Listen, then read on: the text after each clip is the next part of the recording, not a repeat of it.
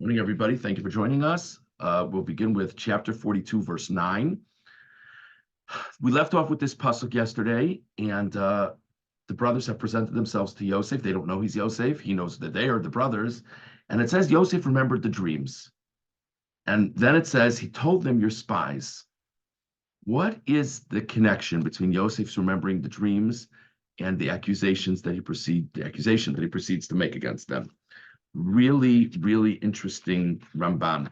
Ramban on Pasuk Tes. Vayizkor Yosef es achalomos asher cholam lohem aleihem v'yada sheniskaimu sharei yishtachavu lo. So Rashi says, Ramban starts off by quoting Rashi. Yosef remembers the dreams and he sees, wow, I had a dream about this. I had a dream that the stalks representing my brothers would bow to me.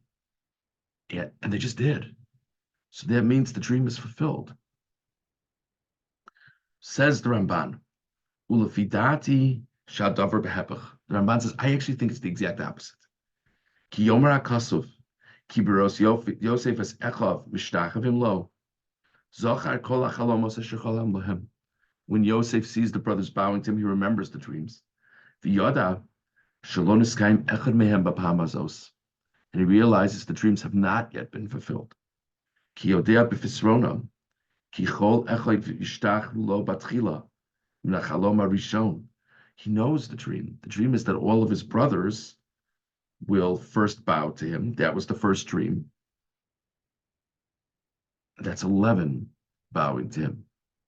How many just bowed to him? 10. Binyamin's not there. So 10 bowed to him. Pam Shenis, Yishtach Vulo, Hashem. I just want to say as an aside, if 10/11ths of our congregation would concede to everything I would say, I'd feel pretty good. But okay. Upam Shenis, Yishtach Vulo, Hashemesh Vayareach, V'achar Asar Kochavim and Achalom Hasheni. What's the second dream? The second dream is there's 11 stars and a sun and a moon bowing to him. That was supposed to represent parental bodies. Given Shlo Rab Binyamin Imoem, Binyamin's not there. Chashav Zos HaTachbula Sheyalil Aleim. So he says to himself, I have to bring the dream to fruition. It's an amazing thing to think about. Yosef firmly believes that the dream was a message from God, not just an interesting idea, but a message with a point. And why did God tell me this? God told me this because there would be a moment where I'm at a crossroads and I need to decide what to do. And I know that for the dream to fulfill, I have to unravel this story a little bit further.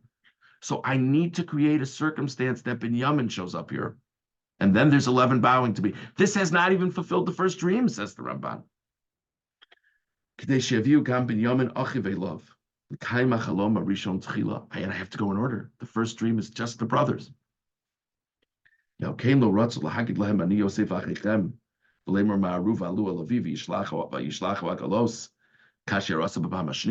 he waiting for? Why didn't he just tell them, it's Yosef, why don't you go tell my father? No. Because obviously the moment he tells them I'm Yosef, Yaakov's going to come immediately. I can't have Yaakov come until the first dream is fulfilled, because God gave me these dreams for a reason. The Lulay came. Yosef chote chet gadol l'tzaris aviv. Says the Ramban, there must be a reason Yosef is doing this. It must be more than he just wants to teach his brothers a thing or two. Because every day his father doesn't know whatever happened to him. His father's in terrible pain. Why would he allow his father to be in pain one more day? And now there's going to be this whole thing that Shimon is going to be taken hostage. What's he doing to his father? Even if he thinks to himself, I need to teach my brothers a lesson. Maybe he wants to teach his brothers a lesson, but how can he do that in such a careless way to his father? Avol as a kol asa yafa beito l'kayim achalomos. This is all a message from God that he's taking very seriously, down to the T. And not even the first dream has been fulfilled yet. He yada, she's kind of emes. He knew that the dreams would come to fulfillment. Gamo inyan hasheni, she'asa lahem bagavia, lo shetia kavanas l'tam. Then there's the whole thing. He gives them food to take, and then he has one of his servants stick his goblet inside one of their bags, right?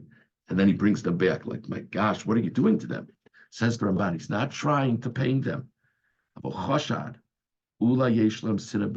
was worried that maybe they harbored resentment to Binyamin. Why would he be worried that they harbored resentment to Binyamin? I don't know. They harbored a lot of resentment to him. So maybe Binyamin is bearing the same burden. Presumably the father, particularly once Yosef is gone, presumably the father has a very special relationship with Binyamin. Maybe they're jealous of Binyamin too. Or maybe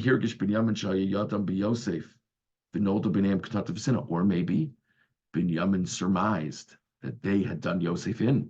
And so maybe there's this great feeling of enmity between the parties. Therefore, he specifically created a framework that Binyamin, the goblet would be found in Binyamin's bag, and now Binyamin would be taken prisoner, so that it's not just the brothers and Binyamin. Ulai yishluchu bo yadam ad badko osam bi'avasim. So only once he sees how hard they fight for Binyamin's welfare is he confident that Binyamin's okay with them. It's a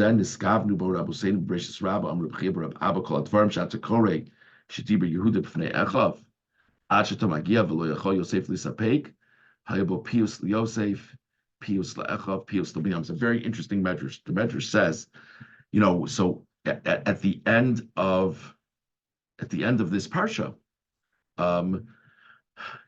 Yosef creates this situation where Binyamin is going to be taken hostage and the other brothers can go back. And Yehuda talks very strongly to Yosef. And the Medrash says this conversation has aspects of it that is mollifying Yosef, mollifying the brothers, and mollifying Binyamin. Pius Yosef, Ra Heich Nose Nafsho Abonea Shel Rachel. Yosef is mollified because he sees how hard Yehuda is working to get Binyamin back.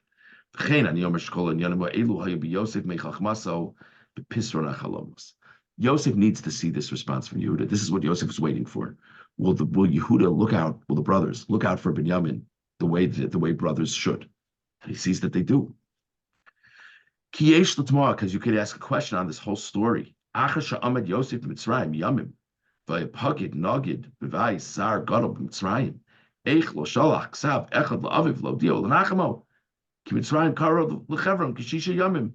The Ramban says, I'm sure this question has been on your minds either past years or this year. My gosh, I get it when he's in jail. You can't necessarily write letters to dad when you're in jail. He's been the viceroy of Egypt for a while now. Can he not send a letter to his father? All well, viceroy in Egypt? It'll take his father 6 days to get there. What's the problem? And let's say it would have taken him a year to get there. I mean, maybe his father would want to know that he was alive and well. Maybe his father would want to know where he was. Maybe they could work something out.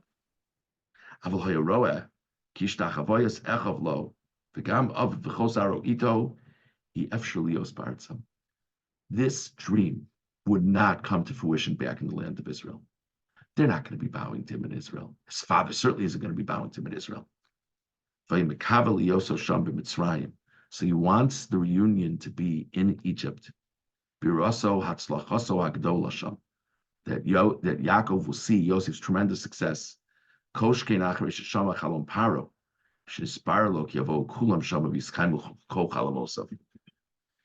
this is really, really interesting. Again, we see from the Ramban how Yosef feels it's incumbent upon him to follow through all the dreams because this was God's message to him. Ramban does something very interesting, by the way. The Ramban says that Yosef can understand why the story is still supposed to unravel. So the Ramban's point is he wouldn't have let the story unravel this way if not for the dreams. But with the dreams, he has an appreciation for what needs to happen. Maybe his father is supposed to come to Mitzrayim. Maybe his father is supposed to see firsthand Yosef's success. Maybe it's not going to make sense for Yosef to put on a backpack and schlep back to Israel and just scroll back the clock. Maybe that's not what's supposed to happen. And the dreams confirm all this. Then, says the Ramban, once he has the dreams with Paro, once he hears Paro's dreams, so now there's a logical reason why the brothers should come to Egypt. Because there's not food in Israel. They're going to need the food.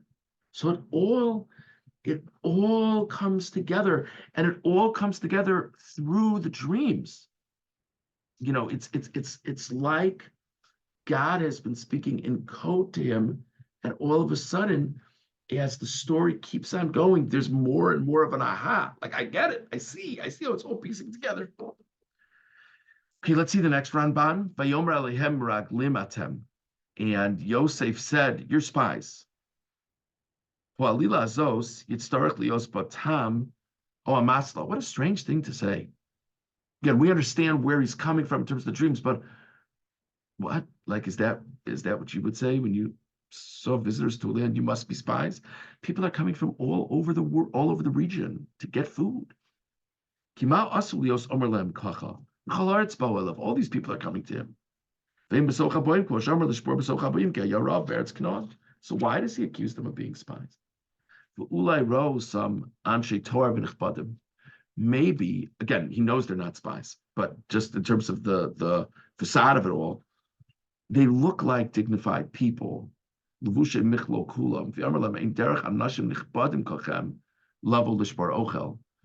look like you must have people work for you. Why would you come yourself? You're wearing nice clothes. You must have all kinds of people working in your residence. Why don't you send them? Raman also says it's possible that this was the first wave of people coming from the land of Israel. Maybe this was the first time people were coming from the land of Israel.